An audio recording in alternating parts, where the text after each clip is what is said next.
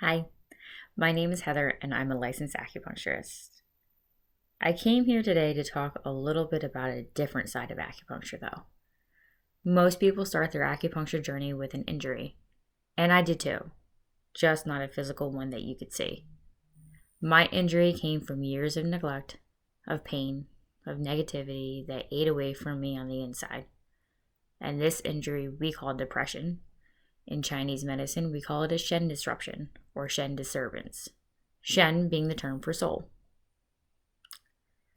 I can contribute this depression forming in my early childhood. Coming from a broken home, my mother was physically, mentally, and emotionally abused by my father. She was depressed herself, and when I started showing signs, she was very lost on what the correct course of action would be, leaving me nowhere to really turn. Most of my childhood, early childhood, my mind has completely blocked out. And when I started dating, my first real boyfriend was very much the same as my father was with her. So then I went through even more years of physical and mental and emotional abuse. If I'm being honest, I didn't know what love looked like. I didn't know that I was supposed to build myself up first and then give them what I could. I didn't know I was supposed to love myself first. And I had that constant inner dialogue just saying that I wasn't enough. I became addicted to just numbing out the pain. I became anorexic. I became listless, worried, excessive thinking, excessive worrying about God knows what. I couldn't focus on anything. I became anorexic. If I wasn't actively doing something, I was sleeping at home. And in the height of a depressive state, I became suicidal, coming very close to succeeding once. Then, of course, puppy love doesn't last forever, and it was time to move on, which didn't really happen truly being so young. So on to the next toxic relationship, all the while having a toxic relationship with myself. But in this one, I started seeking out help instead of falling down a deep, dark hole again. I could see the warning signs. I could see the clear vision of where I was going wrong. This is where the true healing began. And now, in my own way, I've started my journey assisting those on their path by providing acupuncture. I know. You think acupuncture and depression isn't the first thing that comes to mind. But it truly does help.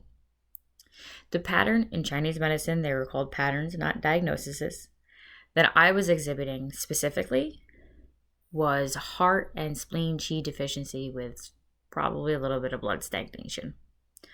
All of the organs have their own life force, which is called qi, and blood to move them and to control them. I was clogging up that blood and draining that life force from every end that I possibly could.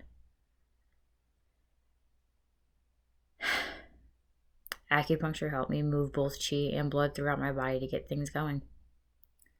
My only regret is that I found it too late. I was already very much a part of my spiritual journey and very part of my therapeutic journey, and this just assisted me. Had I had these tools a lot sooner, I would have been in a totally different place, but it wouldn't have brought me to acupuncture. So I'm glad I found it when I did. So along with talk therapy, when your body is in harmony through acupuncture, you tend to feel good. And depression is a major way of saying something is off and you need to be brave and address it. It's a symptom. I don't wish my background or what I've gone through on anyone, but it makes me very acutely aware of those who have these symptoms, and I am glad that I can internally harmonize those people. Also, especially for women, we need empowerment. Acupuncture can help the organs, and self-help books can help the mind. I'd like to recommend one book to women.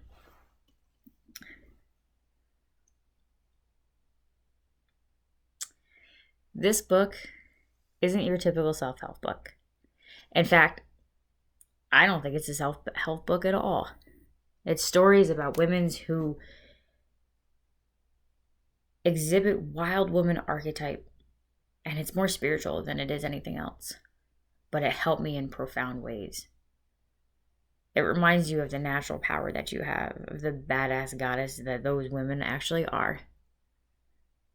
Most patients that I see with depression that have been chronic and are seeking help are women.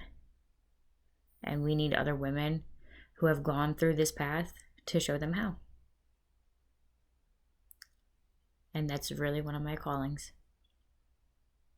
I can't wait to help everyone I can.